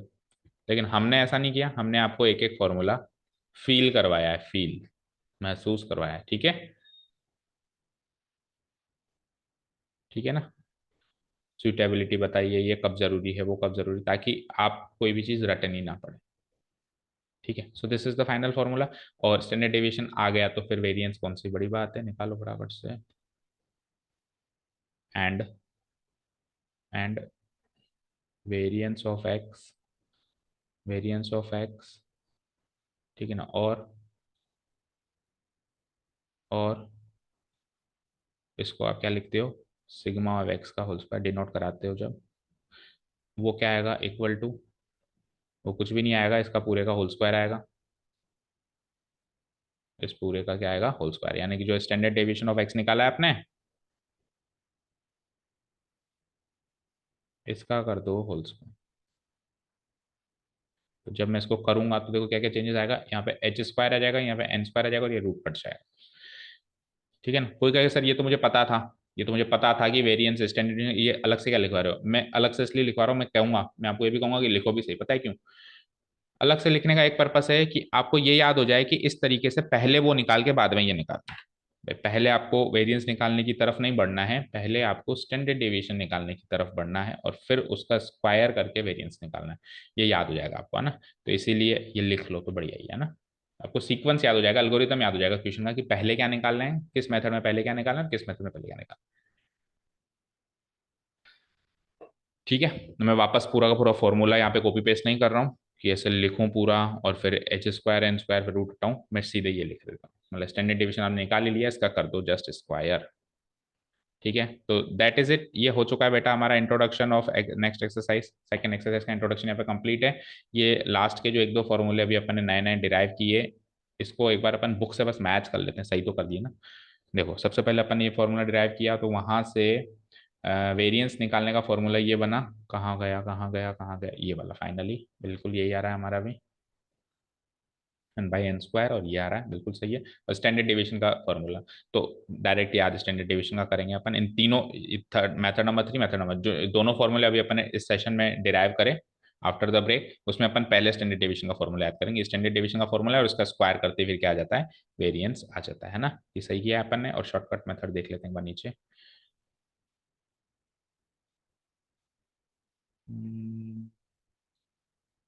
यस, तो देखो कुछ भी नहीं किया है, बस एक्स आई की जगह वाई आई है, और वन बाई एन की जगह H by n, one by n की जगह एच बाई एन है, वो जो अपन एच सी एफ लिया उससे अपन मल्टीप्लाई कर देंगे। देखो जब अपन एक्स आई को वाई आई में चेंज कर रहे हैं तो ये डिफरेंस आ रहा है, इसको भी चाहो तो एक जगह नोट कर लो, है ना, कि स्टैंडर्ड डेविएशन जब एक्स आई कॉलम से निकाल रहे हो और स्टैंडर्ड डेविएशन जब वाई आई के कॉलम से निकाल रहे हो तो कुछ भी नहीं हो रहा है, बस वो एक्स आई वाला स्टैंडर्ड डेविएशन वाई आई वाले कॉलम के स्टैंडर्ड डेविएशन का एच टाइम्स है। तो वाई आई वाले कॉलम के स्टैंडर्ड डेविएशन का फॉर्मूला ये बनता है, और उसको बस एच से बस मैंने मल्टीप्लाई करा दिया। ठीक है ना, कहने का मतलब है जब एक्स आई बड़ी वैल्यू से जब आप छोटी वैल्यूज बनाते हो तो वो कहता है कि आप भूल जाओ बड़ी वैल्यूज को, तो आप छोटी वैल्यूज को मानते हुए ही स्टैंडर्ड डिवीजन निकाल लो, यानी आप सिग्मा एक्स मत निकालो, आप सिग्मा वाई निकाल लो वाई आई वाले कॉलम से, और फिर जो भी निकाल लिया उसको बस एच से मल्टीप्लाई कर देना, वही आपका सिग्मा एक्स होगा। तो ये एक इंपॉर्टेंट लॉजिक है जो आपको एक आध नंबर के कई बार आ जाता है, कि अगर मैं एक्स आई को वाई आई में चेंज करता हूँ तो दोनों में क्या रिलेशन होगा, तो उनमें ये रिलेशन होगा कि बड़ी वैल्यू छोटी वैल्यू वाले कॉलम के स्टैंडर्ड डेविएशन का एच टाइम्स होगी। ठीक है, and this is the formula, और वेरिएंस निकालना है तो कर देना इस पूरे का स्क्वायर। ठीक है, that's it, so we are done. ठीक है, मैं वो चीज इधर लिखवा देता हूँ, है ना, इनफैक्ट क्योंकि इंपॉर्टेंट है, नोट डाल के लिख दो कि हेयर हेयर एक्स आई से जब आपने वाई में चेंज किया तो जो स्टैंडर्ड डेविएशन एक्स से निकला वो एच टाइम्स निकलेगा, H times of standard deviation of Y, ये भी आप नोट कर लो, कुछ भी चीज रहने ना पाए। आधे एक नंबर का कई बार शॉर्टकट क्वेश्चन बन जाता है जो अपने को डायरेक्टली फिर आप उसे डिराइव करते हो कि ये इसका इसके बीच में क्या रिलेशन है, सिग्मा एक्स और सिग्मा वाई के बीच में क्या रिलेशन, हम डिराइव करने बैठो आपको डायरेक्टली कुछ चीजें याद होनी चाहिए, ताकि वो आधे एक नंबर का क्वेश्चन फटाफट से सॉल्व कर पाओ। जब आप एक्स आई से वाई आई बनाओगे तो ये रिलेशन ये फॉलो करेंगे, है ना। ठीक है, चलो दैट्स इट।